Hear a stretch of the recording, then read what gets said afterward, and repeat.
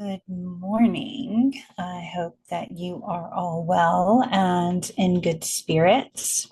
Today is February 8th, 2026, and I am in Greensboro, North Carolina, coming forward to you all. I want to tune in as we usually do and just take a few moments to become present within ourselves in this moment in our mind, body, and energy. So just take some breaths in through your nose and out through your mouth, and in through your nose and out through your mouth. And as you breathe in through your nose and out through your mouth, invite your mind, body, and energy to relax, relax, relax, relax, relax, relax, relax, relax, relax, relax, relax, relax. And as you come to this place of complete relaxation, we open up your energies to the ancestors, loved ones, and friends to come together today to heal and guide us and lift us to the highest version of ourselves in the light of the universe, so we may hear what we need to hear, know what we need to know, connect how we need to connect, and be what we need to be for our highest and best good and the highest and best good of all involved. As we open up space to heal and harmonize. And as we move into this space, I'm going to read from Thich Nhat Hanh's How to Walk, and it is page 69. Each step is an act of resistance. Every step is a revolution against busyness. Each mindful step says, I don't want to run anymore. I want to stop. I want to live my life. I don't want to miss the wonders of life. When you can truly arrive, there is peace in you because you aren't struggling anymore. Each footprint has peace in it. It has the mark here and now in it. You may enjoy arriving and feeling at home for 3, 4, 5, or 10 minutes, as long as you like. 1 hour of practice already begins the revolution.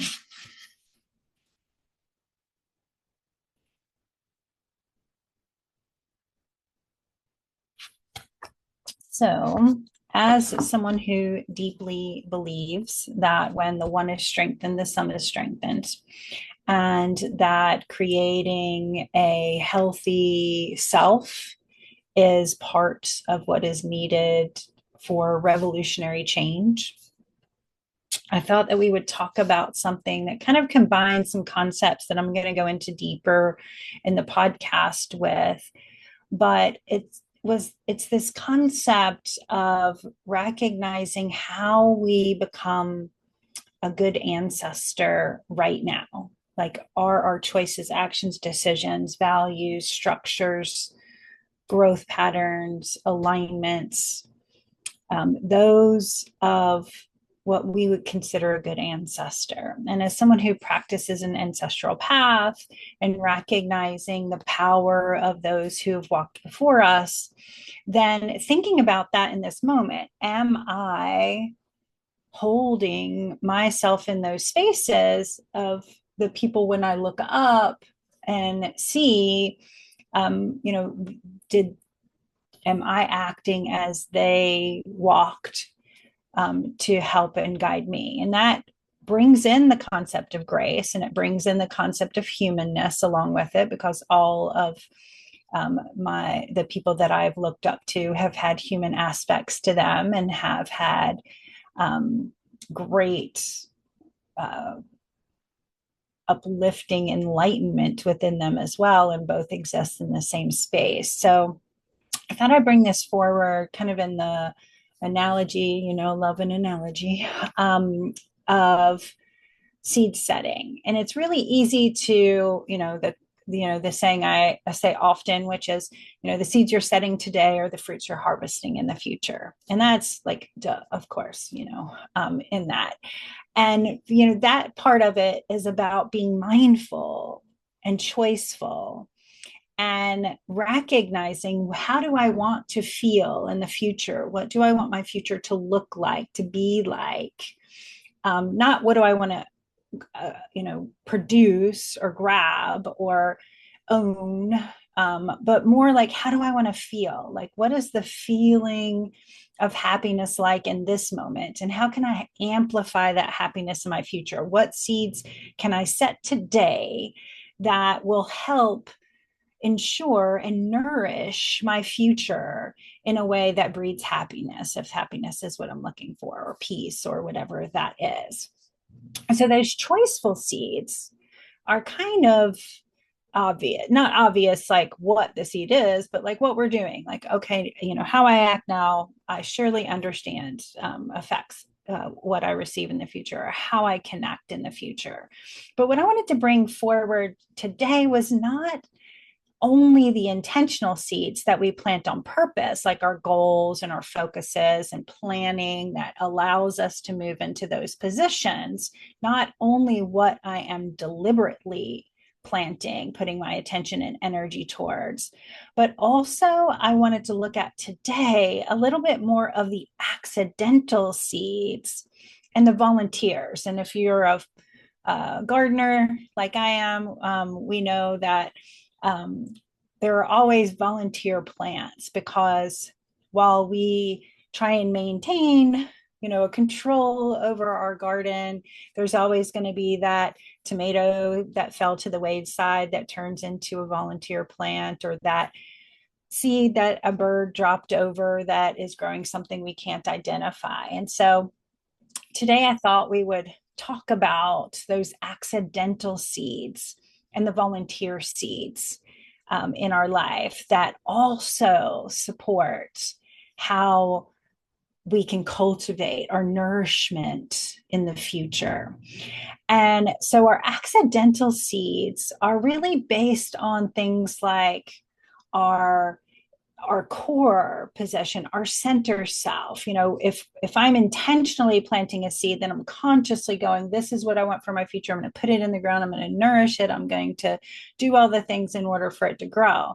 But our accidental seeds, the ones that kind of just the tomato that falls off the plant and becomes a volunteer plant the next year, or the one the bird drops, really we have less control over, so to say.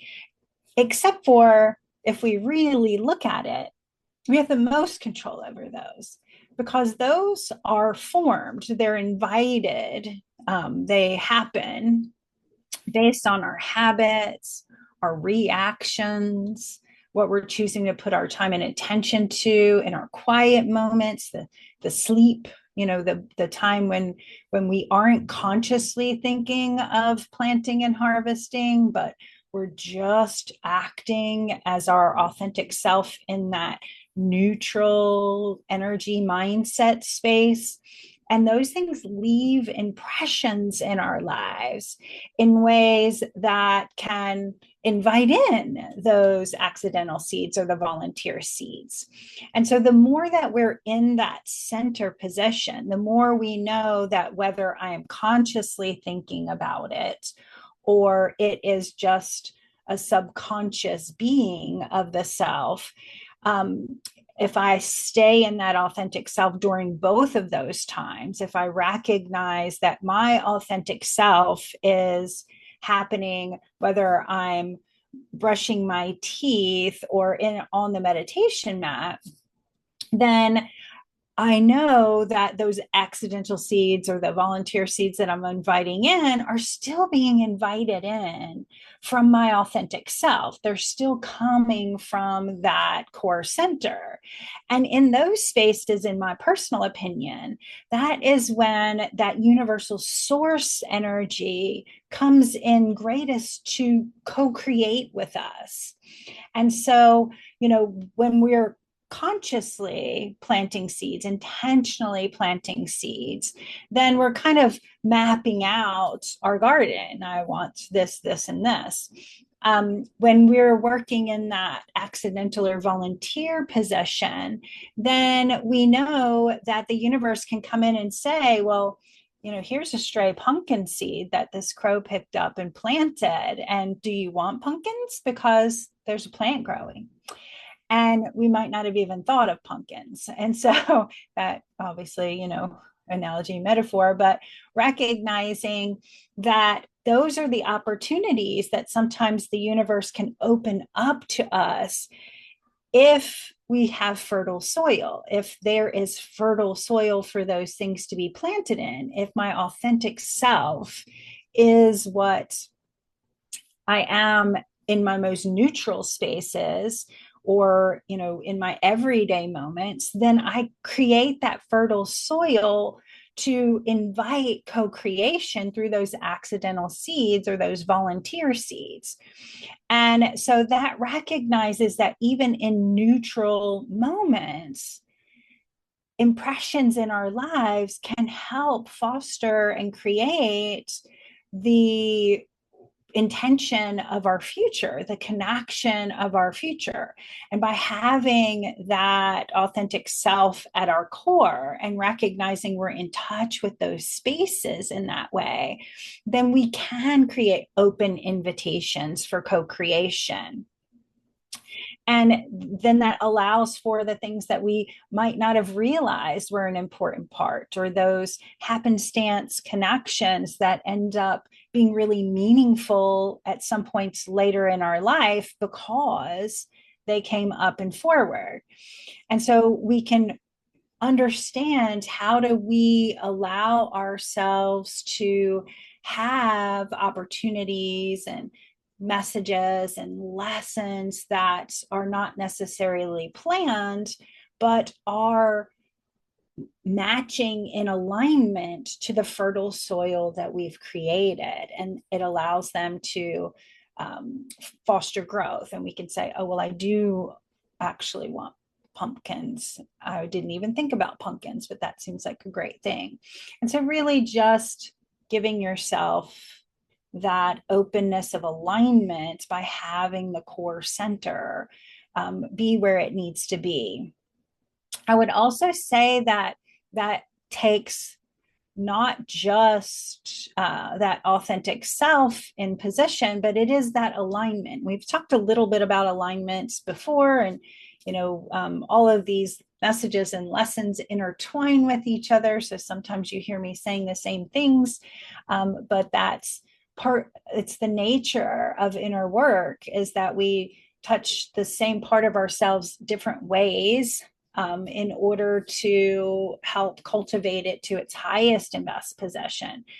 But what you want to think about is, like, what is that alignment like? Alignment is when our thoughts and our actions, our choices, our decisions, our values, our purpose, our direction all move towards the greater intention. And whether the greater intention is happiness or love or peace, like, we look at that in the abundant universal whole, not love of a person, but abundance of love around us, not prosperity in our pocketbook, but overall prosperity within our life.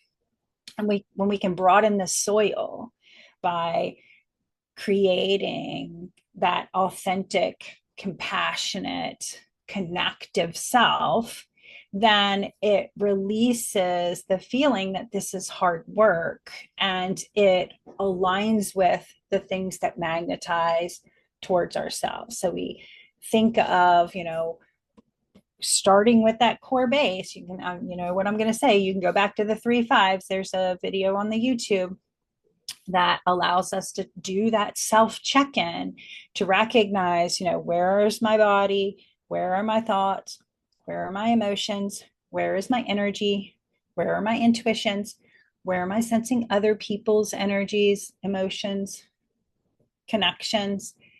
And when we can stay in that center place, then it opens up that co-creation because we have fertile soil for whatever lands that the universe brings towards us. We also know that if we are in alignment, like a magnet, if something is opposing to what's right, real, true, and good for us as far as our growth process, then the universe won't plant those seeds, or those seeds won't be able to prosper in our soil. And it's, as I always do, I recommend not to think of things as good or bad, but just saying not mine. That might be the perfect way for someone else to learn that lesson, but that's not the way I choose to learn that lesson, or that I feel I am going to learn that lesson. And so we won't attract the things that don't align or that create challenge in our world unnecessarily. So our position in this is recognizing there's we can work in the trilogies: physical, emotional, and energetic. So if we think of the three parts of focusing ourselves towards our dreams, goals, hopes, future focuses, then we can say there's a level, the physical, of choiceful intention that comes along, that allows for us to say, I would like, I want to move towards this feeling, into that intention. So there's that aspect. And then we have the energetic aspect of things that allows us to say, okay, well, if I'm open, if I create the fertile soil, if I'm in alignment, then the universe can come and co-create with me. And then we have the emotional aspect of it that allows us to tune into being able to make choices and decisions that say, well, maybe I don't want pumpkins, but thank you, universe. I'm gonna put this in a little pot and gift it to someone else, or I'm going to let it go. And that gives us that kind of feeling of all three working together, where we can say, okay, I'm going to make a plan. I'm going to receive suggestions from the universe. And as long as I am in healthy alignment with my truth, then I'll know what works and what doesn't work for me. And so that trilogy is a really good one to tune into as you allow yourself to, work through that, looking out into the future. What would I like my future to look like? And how you walk back to yourself, to that center position, to that inner alignment, to that recognizing that, what's right, real, true, and meant to be in those spaces. So I hope that resonates with you. As always, I suggest work with awareness first. Be aware of your fertile soil, be aware of your seed choices, be aware of what you're planting in your intentional and non-intentional time frames, and then move into acceptance that those choices were likely powerful for you at one point, and do they still work, or do you need to change them? And then you move into how you change them and what that looks like. That's always the process to having, for me personally, I believe that is the process to having good progressive growth and moving through what might feel like challenge, or overcoming something you don't like. Through that, bring awareness, honor it in acceptance, and then create your action to make the change. So I hope that this lands well for you, and that you hear what you need to hear on it. And we will shift from this into group communication. And as always, I will post this up on the YouTube. But before we stop recording here and move into the group participation, I will go ahead and pull a card for the collective from the Art of Energy, which is a co-creation of Amy Gordon and myself. And it allows for us to kind of tune into a universal source message, see where we all are right now. And I'll pull a random card. Let's see. And the card that I pulled is 14, and each card has Amy Gordon's amazing abstract art on the back of it, and some of her poem that goes with her art. And then the other side is chakra color coded with an awareness. And then we have the book that has a little deeper dive into the awareness and an energy action, something you can do about it or with it. And so the words that go with the art are: it takes a brave soul to say how we truly feel. People pleasing hides what's real. We can't grow, we can't heal, we can't evolve if we conceal. Bring awareness to your emotional communication. How do you share your pains and fears? That's a good one. All right, 14, energy of letting go in the sacral chakra. Awareness. Bring awareness to how you express your pain to yourself and others. Do you process pain using the awareness, acceptance, and healthy action to allow the feeling? Or do you tend to judge the feeling, analyze the feeling, and try to make it stop or cap it? We have a choice to feel without spreading the pain. Awareness of the idea that the feeling of pain and suffering does not mean transferring it to others allows you to feel safe in your feelings. Energy action. Sit with the feeling of pain and bring it home to yourself in order to process it. Responsibility is not blame. It is an empowering energy that allows us to understand what healthy awareness and change may look like. It is perfectly okay to feel pain, perfectly okay to feel your feelings, and perfectly okay to know you are the only one in charge of your feelings.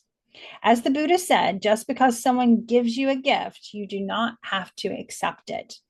Are you accepting pains when you could be letting it pass through you?